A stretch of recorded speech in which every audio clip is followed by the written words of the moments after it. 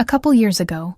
my life at the Austin tech company where I work took an interesting turn when my manager approached me with what seemed like an exciting opportunity that would change everything about how I viewed workplace dynamics and professional recognition. He wanted me to create an internal competition for all our employees nationwide, and I was absolutely thrilled, because this was exactly the kind of creative challenge I lived for, the type of project that made me feel like all those late nights in college studying marketing and communications had been worth it. I threw myself into the project with everything I had, spending countless late nights at my desk with coffee growing cold beside my laptop as I designed every single aspect from scratch, poring over research and sketching out ideas until my hand cramped from all the note-taking. I crafted the entire format after studying dozens of successful competitions from other industries, developed a comprehensive communication strategy that would reach employees across all our offices from the bustling Seattle headquarters to the sunny Miami satellite location, created detailed judging criteria that would be fair and engaging while also reflecting our company values, and mapped out the timeline for rolling it out company-wide with careful consideration for different time zones and regional holidays. I researched best practices by reading industry publications and case studies, studied what other companies had done both successfully and unsuccessfully, interviewed employees from different departments to understand what would motivate them to participate, and then innovated beyond all of that to create something truly unique that would capture our company culture perfectly, while also being scalable and sustainable. The months of preparation were intense but exhilarating as I refined every detail from the entry submission process to the final award ceremony. I designed promotional materials that would catch people's attention in crowded break rooms, wrote email templates that would cut through inbox clutter, created social media content for our internal platforms, and even worked with our IT department to build a custom submission portal that would make participating as easy as possible. I wanted every employee to feel excited about contributing regardless of their department or seniority level, so I made sure the competition categories were diverse enough to showcase different types of talents and innovations happening across our organization. The competition launched on a Monday morning in March, and it was an absolute sensation that exceeded even my most optimistic projections. Employees from Seattle to Miami were participating with enthusiasm I had never seen before in any company initiative, and the energy was infectious in a way that made coming to work feel completely different. The engagement numbers were through the roof, with participation rates hitting nearly 80% across all locations. People were talking about it in the hallways and during lunch breaks, sharing ideas and cheering each other on in ways that broke down the usual departmental silos. There was this electric energy in all our offices that made the workplace feel more collaborative and creative, and I started getting emails from employees thanking me for creating something that made them excited to showcase their talents and connect with colleagues they might never have interacted with otherwise. As the weeks went by and entries poured in, I was amazed by the quality and creativity of what our people were producing. There were innovative process improvements from our operations team, brilliant marketing campaigns from colleagues in my own department, sustainability initiatives from facilities management, and even artistic projects from employees who had hidden creative talents. I spent hours reviewing submissions and coordinating with judges, making sure every entry got the attention it deserved, and that the evaluation process was transparent and fair. The winning entry was so outstanding that it caught the attention of industry judges when we submitted it to external competitions, and it went on to win a prestigious national award that put our company on the map in a whole new way. I felt proud beyond words because this thing I had built from nothing had become something that brought joy to thousands of people and elevated our entire organization reputation in the industry. Fast forward to the following year, and the industry award ceremony was approaching again, and my boss came to me with news that he had been asked to give a presentation about our successful competition at the ceremony. This made perfect sense since our win had generated so much interest from other companies and industry publications, and I was excited that our work was being recognized at such a high level. Naturally, since I had created every aspect of the competition and understood all the nuances of why it had been successful, I sat down and built his entire presentation from the ground up, treating it with the same attention to detail I had given the original competition design. I designed the slides with compelling visuals that would engage the audience and clear messaging that would communicate our key strategies, wrote detailed speaking notes that captured all the important points while maintaining a conversational tone, included relevant statistics and case studies that would demonstrate the measurable impact of our approach, and even spent hours rehearsing with him in conference rooms to make sure he felt confident and prepared for what would likely be one of the most high-profile speaking opportunities of his career. I wanted him to succeed because I knew this presentation would reflect well on our whole team and our company, and I took pride in supporting leadership, even when it meant my own contributions might not be explicitly acknowledged. I created backup slides for potential questions, researched the audience composition so we could tailor the content appropriately, and even helped him practice his delivery until his timing was perfect and his transitions were smooth. The presentation went beautifully, with my boss delivering the content confidently and the audience responding positively with engaged questions and enthusiastic applause. Afterward, several other companies approached him wanting to learn more about how we had created such a successful employee engagement program, and I could see the wheels turning in his head as he realized this could be a significant networking and business development opportunity. He scheduled meetings with their representatives over the following weeks, and I was genuinely excited when he told me he wanted me to join these conversations. He explained that he would do most of the talking, but that he would like me to listen in and contribute where appropriate. And I thought this was such a generous opportunity for me to learn from high-level discussions and network with other industry professionals. I was genuinely grateful that he was including me in these meetings, and saw it as a sign of trust and recognition of my expertise. Then the first meeting started, and my world shifted in a way I never expected, and that still makes my stomach clench when I think about it. My boss opened the conversation by saying that this competition had been his idea from the very beginning, and I felt my stomach drop as I realized what was happening and where this conversation was headed.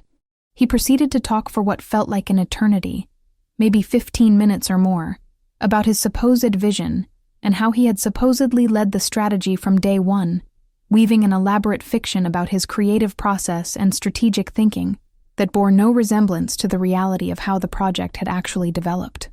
Every word that came out of his mouth was a complete fabrication, but he delivered it with such confidence and conviction that I almost started to doubt my own memories of those long nights spent designing and planning and researching. He went so far as to introduce me by saying that I was there to learn more about the strategy, since I had been part of the team who helped with setup on the actual day of the competition, reducing my months of creative work and strategic planning to essentially the role of someone who had helped move chairs and set up decorations for an event. I was stunned into silence, sitting there with what I hoped was a neutral expression, while inside, I was reeling from the audacity of what I was witnessing and trying to process the fact that someone I had trusted and supported was blatantly stealing credit for work that had consumed months of my life and that I was genuinely proud of creating. The other representatives were nodding along politely, clearly impressed by what they thought was his innovative approach and leadership. Then the questions started coming from the other company representatives, and this is where things got interesting in a way that almost made me smile despite my shock and anger. These were simple, straightforward questions about logistics and structure, about what technology platforms we had used and why we had chosen them, about how we had gotten employee buy-in across different departments and locations, about the specific metrics we had tracked and how we had measured success. These were questions that anyone who had actually designed the competition could have answered in their sleep. Questions that I could have discussed for hours with specific examples and detailed explanations. But my boss started to stumble immediately like someone who had been caught in a lie and was desperately trying to improvise his way out of it. He gave vague non-answers that did not actually address what the representatives were asking, repeated himself using slightly different words when he could not think of specifics, and I could see beads of sweat forming on his forehead as he realized he was in over his head and sinking fast. His voice got slightly higher, and he started speaking faster. Classic tells of someone who was panicking and trying to cover for knowledge he simply did not possess. Then he started turning to me with desperate looks, his eyes pleading for rescue as he said things like, "Actually, Isadora can probably elaborate on that point, or maybe Isadora has some additional insights to share about that aspect of the process." That was the moment when something clicked into place for me, and I knew exactly what I needed to do. When all the shock and anger crystallized into a clear plan that felt both satisfying and completely justified. With my sweetest smile and most helpful tone, the kind of voice I used when I wanted to be especially collaborative and supportive, I replied that I was not too sure about that particular detail, because his strategic vision had been so integral to the whole process and so brilliantly conceived that I would not want to risk misrepresenting his innovative work or inadvertently leaving out important nuances that only he could properly explain. I watched his face change as he realized what I was doing, the color draining slightly as it dawned on him that I was not going to rescue him from the hole he had dug for himself, but he was completely trapped because he had already claimed full credit and could not backtrack without looking like a complete fraud in front of these potential business partners. A few minutes later, when another question came up that he clearly could not answer, something about the specific employee feedback mechanisms we had implemented, he tried again with another pleading look in my direction, turning to me with what he probably hoped looked like casual collaboration, but which I could see was barely concealed desperation. I maintained that same innocent, helpful expression, the kind of look that suggested I was just trying to be the best team player possible, as I explained that it was such a great question, and I could tell the representatives were really thinking strategically about implementation, but since this had been his brainchild from the start, and his vision had been so comprehensive and well thought out, I really felt he should be the one to address it, since I had only been part of the setup team on the day itself, and would not want to accidentally contradict or oversimplify his sophisticated approach. I was simply echoing back the exact story he had told about my role, using his own words to define the boundaries of what I could contribute, but in a context where it made him look completely incompetent and unprepared. The beauty of it was that everything I said sounded supportive and deferential on the surface, but the subtext was devastating because it held him accountable to his own lies, while highlighting how little he actually knew about the work he was claiming to have done. He floundered through the rest of that meeting like a fish out of water, giving non-answers and clearly making up details on the spot while the representatives from the other companies grew visibly less impressed with each passing minute. They started asking more pointed questions, perhaps sensing that something was not quite right, and his responses became increasingly incoherent as he tried to improvise knowledge he simply did not possess. They were polite in that professional way that people are when they are witnessing someone embarrass themselves publicly, but I could see in their faces that they had figured out something was not quite right about this situation, and that they were no longer viewing him as the innovative leader he had pretended to be. After the meeting ended, my boss was quiet for the rest of the day, barely making eye contact with me and clearly processing what had just happened, and how completely his plan had backfired. I could see him replaying the conversation in his head, probably wondering if he could have handled it differently or if there was some way to salvage his credibility with those potential partners. The silence between us was loaded with understanding on both sides, an acknowledgement of what had transpired without either of us needing to address it directly. The beautiful thing about that moment was that I had not been mean or unprofessional, or done anything that could get me in trouble with human resources or damage my own reputation. I had simply held him accountable to the story he had chosen to tell about who deserved credit for the work, using his own narrative against him in a way that was both elegant and devastating. If he wanted to claim that the competition was his idea and his strategic vision,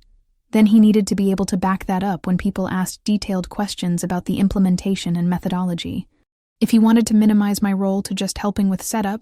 then he could not expect me to rescue him when his lack of actual knowledge became glaringly obvious to everyone in the room. Looking back on it now, I realized that was one of those defining moments in my career where I learned something important about standing up for myself in professional situations without compromising my own integrity or professionalism. I had spent so much time being a team player and supporting my boss, taking pride in making him look good and helping him succeed, that I had almost let him completely erase my contributions to something I was genuinely proud of creating. But when push came to shove, I found a way to protect my work and my reputation without burning bridges or creating unnecessary drama. And there was something deeply satisfying about watching him face the natural consequences of his dishonesty. The next time someone tries to take credit for my work, I will remember that moment and how good it felt to let their own lies trap them in a situation they could not escape from. Sometimes, the best revenge is simply stepping back and letting people expose themselves for who they really are. And that day my boss learned that if you are going to steal someone else's thunder, you better make sure you can handle the lightning that comes with it.